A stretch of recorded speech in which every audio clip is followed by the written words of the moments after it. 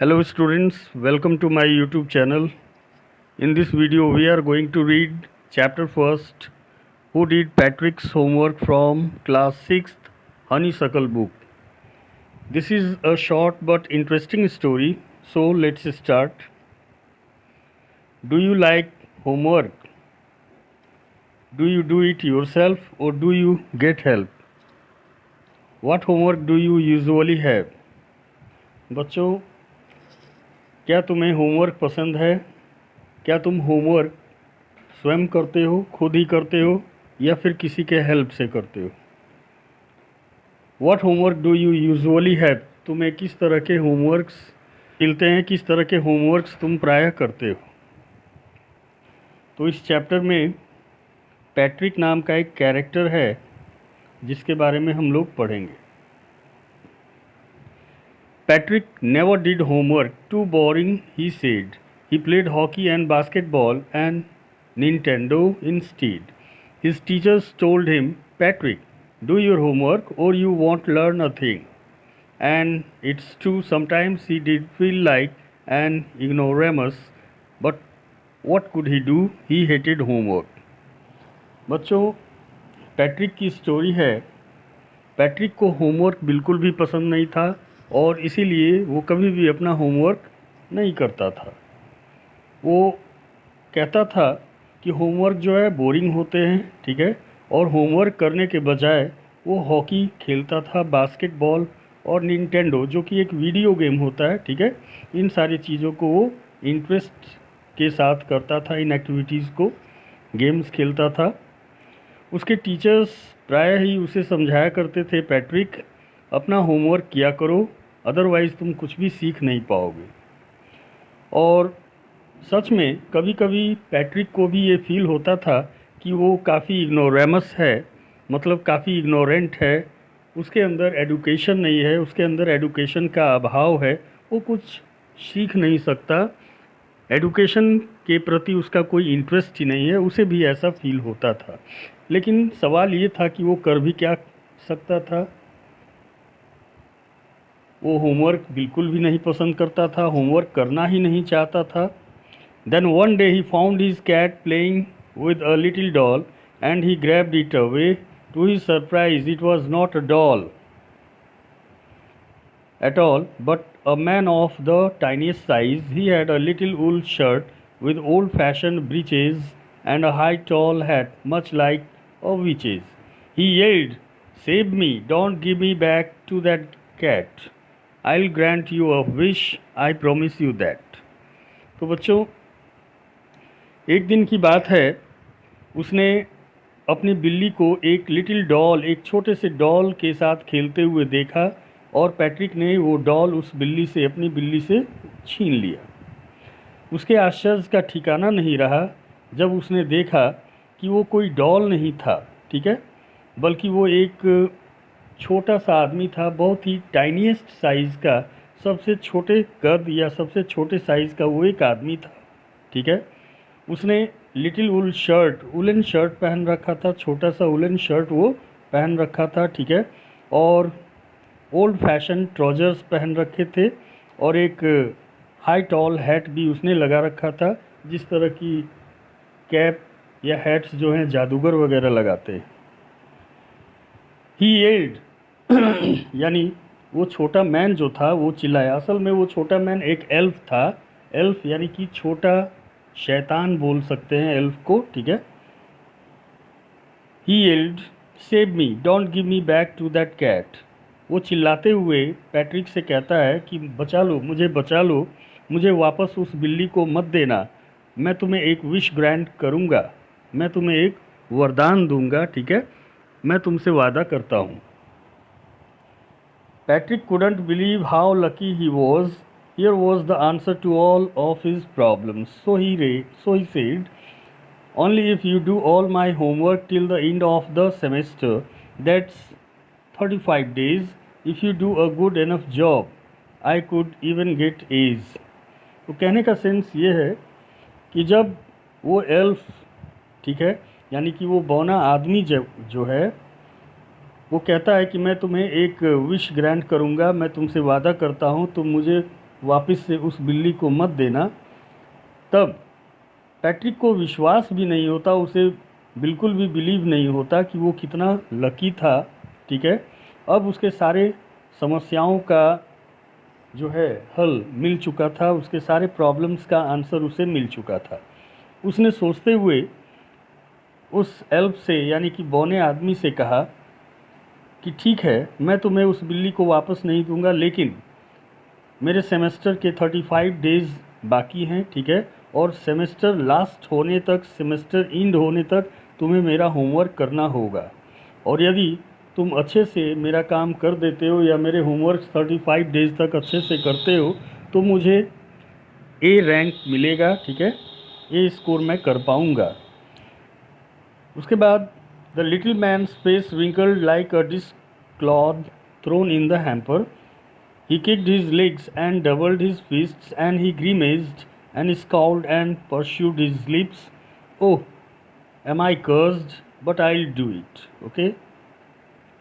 तो बच्चों, जब पैट्रिक उसे अपना होमवर्क करने को कहता है उस एल्फ से, उस बौने आदमी से, तो उस छोटे आदमी का चेहरा जो है थोड़ा सा फैडअप हो जाता है, रिंकल्ड हो जाता है, थोड़ा सा उदासी उसके चेहरे पे आ जाती है, ठीक है। ठीक उसी प्रकार से वो चेहरा बना लेता है जैसे किसी डब्बे में फेंका गया डिश क्लॉथ हो, बर्तन मांजने का कोई कपड़ा जैसा होता है गंदा, ठीक है। उसने अपने पांव पटके, ठीक है, और इस तरह से चेहरे का एक्सप्रेशन उसने बना लिया जैसे मानो कि वो शायद पैट्रिक के होमवर्क्स करने में उसे कोई भी इंटरेस्ट नहीं था, उसे कोई भी रुचि नहीं थी, ठीक है। फिर भी वो कहता है कि ठीक है, मैं कर दूंगा, हालांकि मुझे ये करना नहीं है, फिर भी मैं तुम्हारे लिए करूंगा। And true to his word that little elf began to do Patrick's homework, except there was one glitch. The elf didn't always know what to do and he needed help. Help me, he would say, and Patrick would have to help in whatever way. बच्चों, अब वो छोटा elf जो था यानी बौना इंसान, बौना आदमी जो था, उसने पैट्रिक के होमवर्क करने उसने शुरू कर दिए, लेकिन एक प्रॉब्लम भी आई। वो एल्फ जो है उसे बिल्कुल नहीं पता था कि क्या करना है, ठीक है, और इसलिए उसे हेल्प की ज़रूरत थी। वो चिल्लाता है, वो मदद के लिए गुहार लगाता है पैट्रिक से, मेरी मदद करो, हेल्प मी, ठीक है। और पैट्रिक को उसकी हेल्प करनी पड़ती थी, चाहे जैसे भी हो। I don't know this word, the elf squeaked while reading Patrick's homework. Get me a dictionary. No, what's even better, look up the word and sound it out by each letter. आगे जब वो elf यानी कि वो बौना जो है Patrick के होमवर्क को रीड करता है तो वो चीखते हुए, चिल्लाते हुए कहता है कि मुझे ये वर्ड समझ में नहीं आता, ठीक है, मुझे इस वर्ड की मीनिंग्स नहीं पता है, ठीक है, तो मुझे डिक्शनरी ला करके दो। और अच्छा होगा कि डिक्शनरी में वर्ड्स तुम खुद से ही ढूंढो और उसका उच्चारण करके और उसका मीनिंग मुझे लेटर बाय लेटर मुझे बताओ, मेरी हेल्प करो, उस बौने इंसान ने पैट्रिक से कहा। When it came to maths, Patrick was out of luck. What are times tables? The elf shrugged. We elves never need that. And addition and subtraction and division and fractions. Here, sit down beside me. You simply must guide me. कहने का sense ये है बच्चों कि maths में Patrick बिल्कुल zero था, maths में उसका ब्रेन और भी काम नहीं करता था, ठीक है।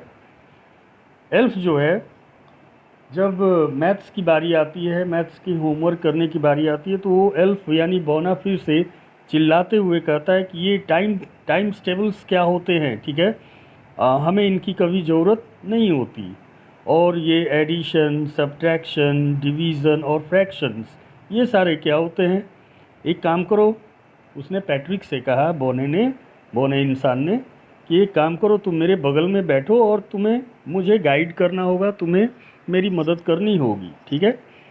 Elves know nothing of human history, to them it's a mystery, So the little elf, already a shouter, just got louder. Go to the library. I need books, more and more books, and you can help me read them out. Read them too. Okay? आगे बच्चों मैं बता दूं कि elves जो होते हैं, ठीक है, जो छोटे बौने कद के जो इंसान होते हैं, उन्हें ह्यूमन हिस्ट्री के बारे में कुछ भी जानकारी नहीं होती। उनके लिए ह्यूमन हिस्ट्री एक मिस्ट्री की तरह होती है, एक रहस्य की तरह होती है, एक सीक्रेट की तरह होती है। इसलिए उस लिटिल एल्फ ने ज़ोर ज़ोर से चिल्ला करके उसने कहा, गो टू द लाइब्रेरी, जाओ लाइब्रेरी जाओ और वहाँ से मेरे लिए बुक्स लेकर के आओ, ज़्यादा से ज़्यादा किताबें या ज़्यादा से ज़्यादा बुक्स मेरे लिए लेकर के आओ, और तुम मेरी मदद कर सकते हो उन बुक्स को पढ़ने में। As a matter of fact, every day in every way that little elf was a nag, Patrick was working harder than ever, and was it a drag? He was staying up nights, had never felt so weary, was going to school with his eyes puffed and bleary. Okay? तो वास्तव में हर दिन हर तरह से वो little elf जो था Patrick के लिए एक नैग यानी कि एक मुसीबत ही बनता जा रहा था, क्योंकि एक तरह से देखा जाए तो वो सारे काम जो है पैट्रिक से ही करवा रहा था, ठीक है, और पैट्रिक को अब पहले से ज़्यादा मेहनत करनी पड़ रही थी। पैट्रिक भी जो था वो ओवरलोडेड हो चुका था वर्क से, जो काम वो एल्फ पैट्रिक से करवा रहा था। अब पैट्रिक को रातों रात जग करके पढ़ाई करनी पड़ती थी, उस एल्फ की उसे हेल्प करनी पड़ती थी, ठीक है। इतना थका मांदा और इतना एग्जॉस्टेड पहले कभी उसने फील नहीं किया था और अपने आप को, और जब स्कूल जाने की बारी आती तो थके मांदे, ठीक है, और सूजी हुई आंखें लेकर के धुंधली आंखों के साथ जो है उसे स्कूल जाना पड़ता था, फ्रेश नहीं रहता था। Finally the last day of school arrived and the elf was free to go. As for homework there was no more, so he quietly and slyly slipped out the back door. अंततः बच्चों last day आ गया school का, ठीक है, और अब शर्त के मुताबिक एल्फ जो था वो अब फ्री था जाने को। अब ज़्यादा कोई ख़ास होमवर्क भी नहीं रह गया था, ठीक है, और इसीलिए चुपचाप चुपके से वो पिछले दरवाजे से वहाँ से निकल जाता है, यानी पैट्रिक के घर से वो एल्फ निकल जाता है, ठीक है, चला जाता है। Patrick got his age, his classmates were amazed, his teachers smiled and were full of praise, and his parents, they wondered what had happened to Patrick. He was now the model kid, cleaned his room, did his chores, was cheerful, never rude, like he had developed a whole new attitude. तो बच्चों आगे होता क्या है कि Patrick का सारा homework जो है वो कंप्लीट हो जाता है और फाइनली उसे ए रैंक्स भी मिलते हैं, ठीक है, और उसके सारे क्लासमेट्स जो हैं उसके इस प्रोग्रेस को देख करके अमेज्ड रह जाते हैं, आश्चर्यचकित रह जाते हैं।